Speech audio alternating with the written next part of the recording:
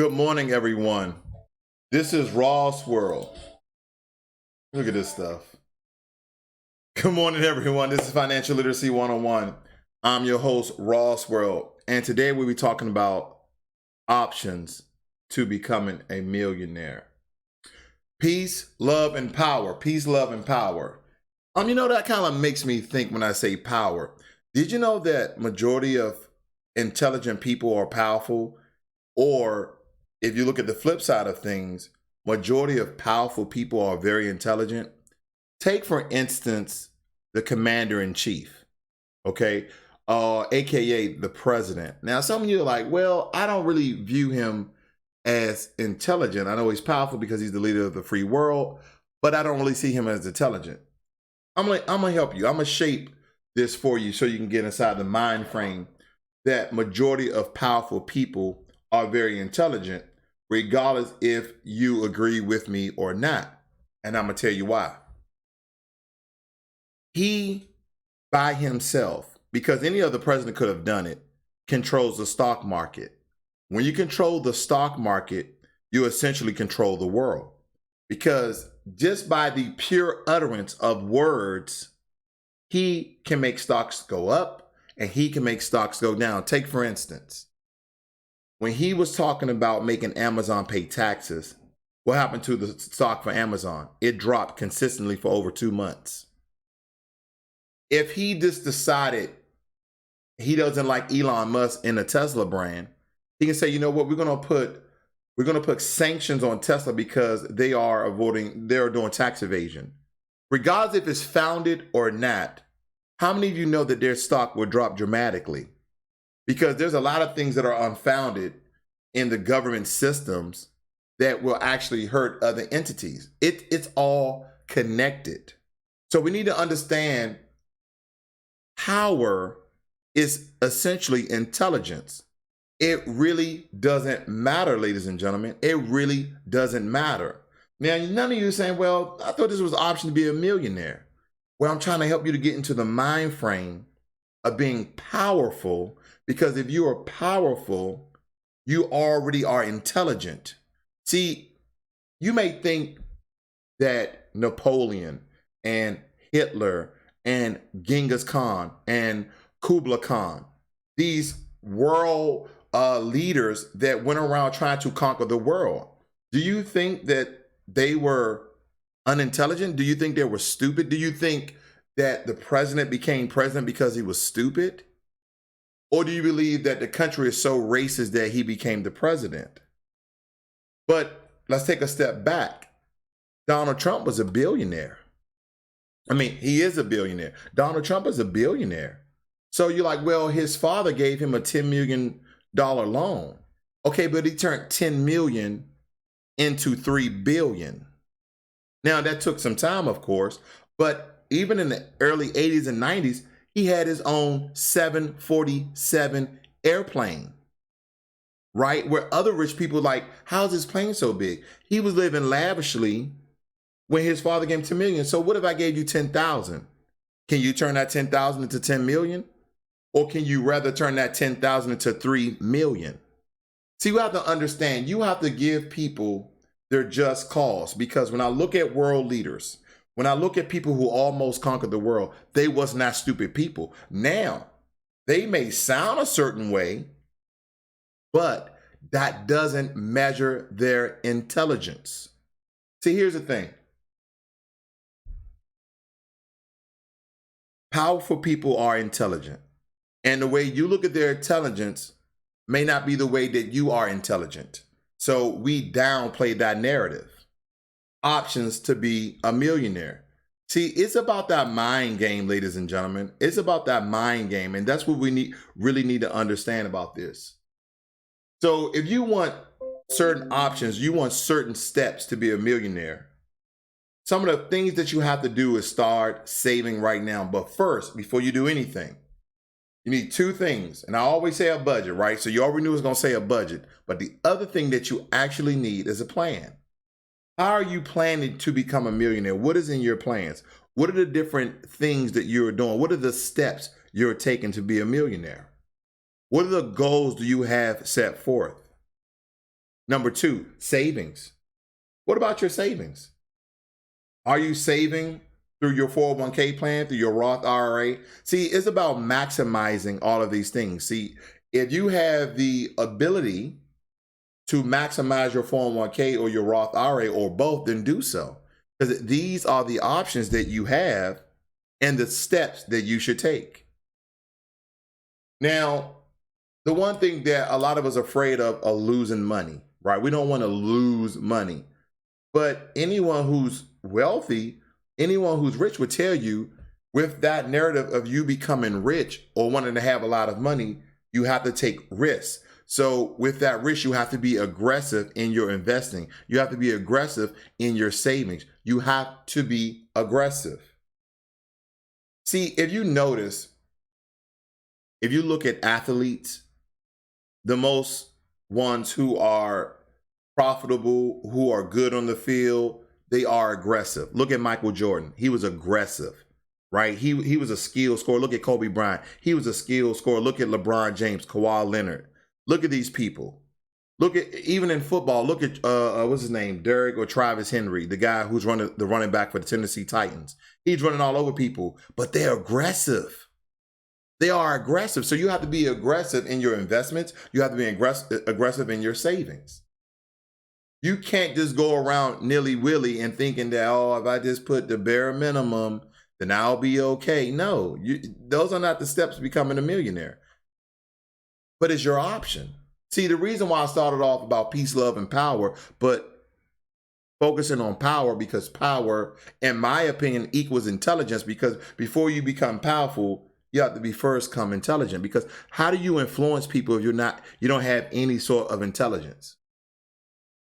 And the example that I gave was the president. Now, a lot of people, did I vote for him? No. Do I agree with everything that comes out of his mouth? Hell no. But that's not the point, ladies and gentlemen. This is the point.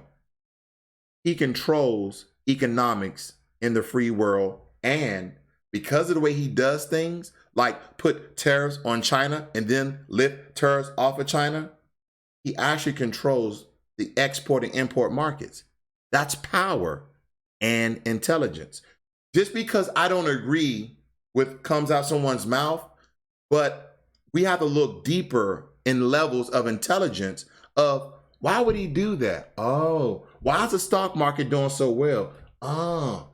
We have to connect the dots, regardless if we agree with the person or what they're saying or not. Was Obama a gifted speaker and very intelligent man? Yes. Yes. He's probably one of the most well-spoken presidents ever to live. Right? And he was a Harvard graduate. And I think he went to Columbia Law School. So he's all Ivy League. That speaks volumes of intelligence. And then became the president and he was powerful. So we have to think about it on different ways. Here's another one. You need to save more. And the only way you're going to save more, you have to make more. That means you may have to figure out, go to your boss and say, how do I get a raise?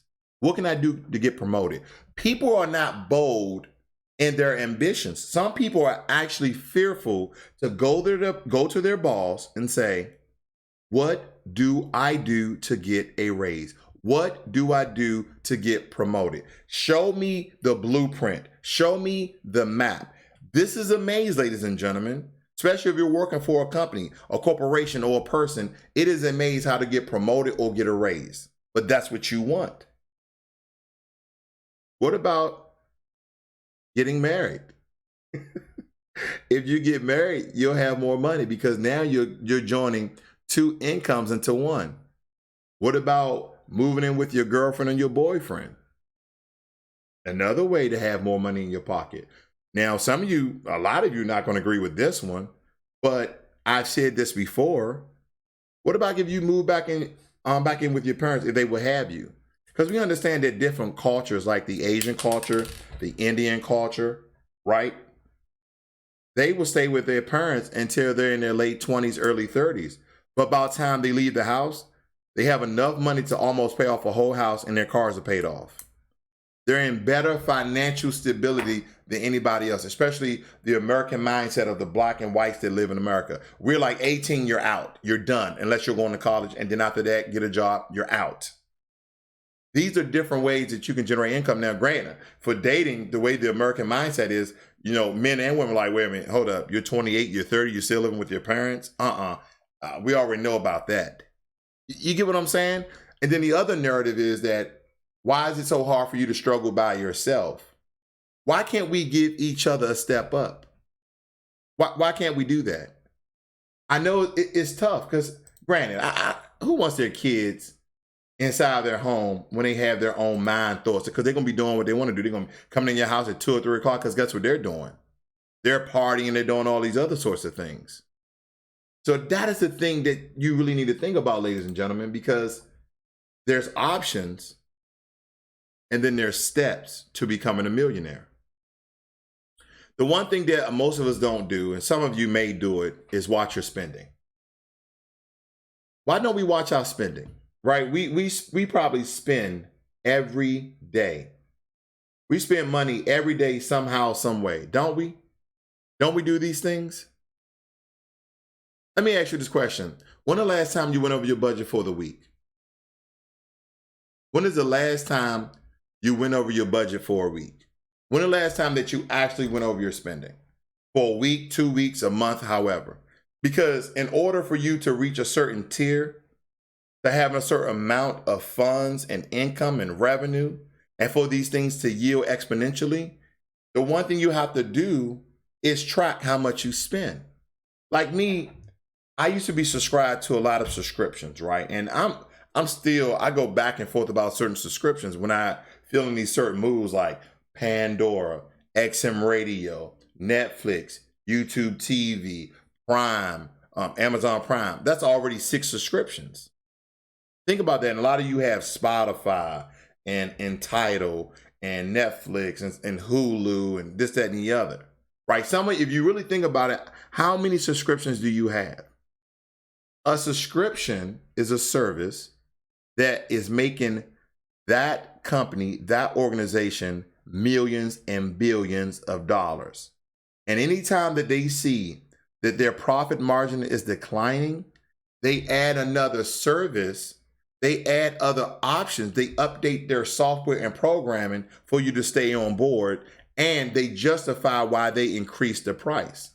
Now, take for instance Amazon Prime. I've been with Amazon Prime since 2003. And it used to be cheap. It used to be like $60, $50 a year. Now it's $120 a year. So you can equate that to $10 a month, which is not much, right, compared to Netflix. And guess what you're getting? You're getting 30-minute shipping, 1-day shipping, 2-day shipping, right, for Prime. Then you're getting Prime Music, you're getting Prime Movies, and you have Prime Books and all these other stuff that you get. So you're getting a lot for your $120. I still think it should be a lot more money. I would pay $150 for it. Don't tell them no. Don't tell them. Because you get a lot, and people don't utilize that. We're so hooked into Netflix, but you can actually just have an Amazon Prime account and have all those different amenities, right? We have to maximize those things we're paying subscriptions for. But I need for you to watch your spending. Watching your spending is one of the ways where you actually look inside your finances, okay, and with conjunction with your budget, in order for you to, I shouldn't have bought that. I didn't need that. I could have waited. I could have put that money into the stock market, etc. What about this? When you monitor your portfolio, whatever investment platform you're on, right? Because there's a portfolio that we all have when you're investing, especially if you're investing in different entities, right? Say, for instance, you're investing into Robinhood or Stash or M1 Finance or Webull or Betterment, or they have all these different platforms, or Merrill Lynch or Fidelity or Charles Schwab or Vanguard or BlackRock, etc., right? And you are investing in individual stocks, index stocks, and bonds. You don't need to look at this every day, but maybe every 30 days, maybe every 60 days, You should be looking at your portfolio to see if you need to adjust it, because without monitoring what's going on, you don't have anything that's going on. It's kind of like you're trying to watch your kids, but then they're in the back room with the door closed. You're not watching your kids. They're watching themselves. You know, watching your kids is being attentive. Like every now and again, you go peep in on them, right? Like, okay, make sure they're doing everything on the up and up, right? That's the only way you're monitoring and keeping track of your kids. The same thing you can do with your finances. You have to go into your finances and monitor it. So I use the analogy of looking at your kids, because you know your kid, what are your kids on? All they back there playing. But every now and again, you have to do what? You have to check in on your kids the same way you have to check in with your portfolio. And here's another analogy. When you buy your children toys every year, or however often you buy them throughout the year, do you buy them the same toys? Right? Like if you bought them a G.I. Joe, do you keep buying them the same G.I. Joe? Or do you buy them different G.I. Joes? Or do you buy them different toys and teddy bears and whatever, video games? Do you buy them the same video game? Or do you buy them different video games? The point of it is, I'm talking about diversification. Because one thing may decrease in value while another thing increase in value, but you're still making money. This is something to think about. What about catching up in your contributions if you're over the age of 50, right? For your 401k, and also your 401k, your 403b, and your 407. These in a Roth IRA, these are things that after the age of 50, they have a catch-up amount. They have a catch-up amount that you can actually do. And you should look into maximizing those catch-up amounts so you have more money at 59 and a half when you can start withdrawing from these financial entities without being penalized. These are things that you need to do. And the one thing that is hard, it's hard for me, and on the contrary, I believe that it's hard for most people, is having patience. Having patience. You're just like, I'm always in a rush. I don't think I really have patience. And that's the one thing we need. The one thing we need is patience, ladies and gentlemen, because all these things I've been talking about actually require your time. They actually require some attention. Not every day, because if you looked at the stock market every day, it would drive you absolutely nuts. I'm going to tell you the benefit of investing. If you invest into some stocks and bonds, some index funds, some ETFs, and you waited 30 days, then look at it. 9 times out of 10, in 30 days, the value of your stock, if you did your research, should increase in value. Should increase in value. And I'm just saying, the only reason why you want to continually to watch it is so that it goes up. And with solid information makes solid investments. Okay? Because take, for instance, I invested into NIO, N-I-O, NIO. I think it's called NIO. They are an electric company out of China. Why did I invest with them? Because I made the stupid mistake when I bought Tesla at $200. I bought, was it about 5 or 6 of them? I bought 5 shares or 6 shares of Tesla at $200, and Tesla today is $500 something. I sold my Tesla at $350 because I thought they was going to top out. I made a mistake. And the investment market, okay, the stock market is a long-term agreement. It's a marriage. Or it's a marriage, right? Because sometimes in a marriage, you have good times and you have bad times. But if you notice, those people who stay together for 20 and 30 years, they're living a great life. I mean, most of them. I mean, some people are still getting divorced. I mean, sometimes you have to divorce yourself from the stock market. Like, I got to take my money out of here, put my money into an annuity, put my money into some CDs, which I don't really like CDs because they're stuck at that percentage rate.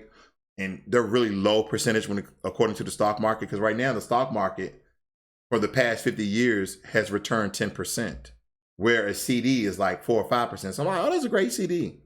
It is kind of safeguard your money so you don't make stupid mistakes with it, right? But if you put your money in the stock market, statistics show that you're going to at least make 10%. It used to be 7%, now it's 10%. And the only way for you to combat inflation, right? Inflation, because we understand that things, products, services, everything goes up 3%. And that was up 0.9% from the previous years. Because inflation used to be 1.8 to 2.1%. Now it's up to 3%. So what am I saying? That means that the value of your money decreased tremendously. That means if I went out, and I like to use this analogy, and you bought a bag of groceries, right? And you made a list. You're like, I bought some eggs, bread, milk, onions, garlic, steaks, whatever. You made a list. And you bought the exact same brand. You bought the exact same weight. Everything's the exact same. And you went out and you bought $100 worth of those groceries. And the very next year, on the same date, on the anniversary, those same groceries that you bought, the same brand names, the same weight, the same everything.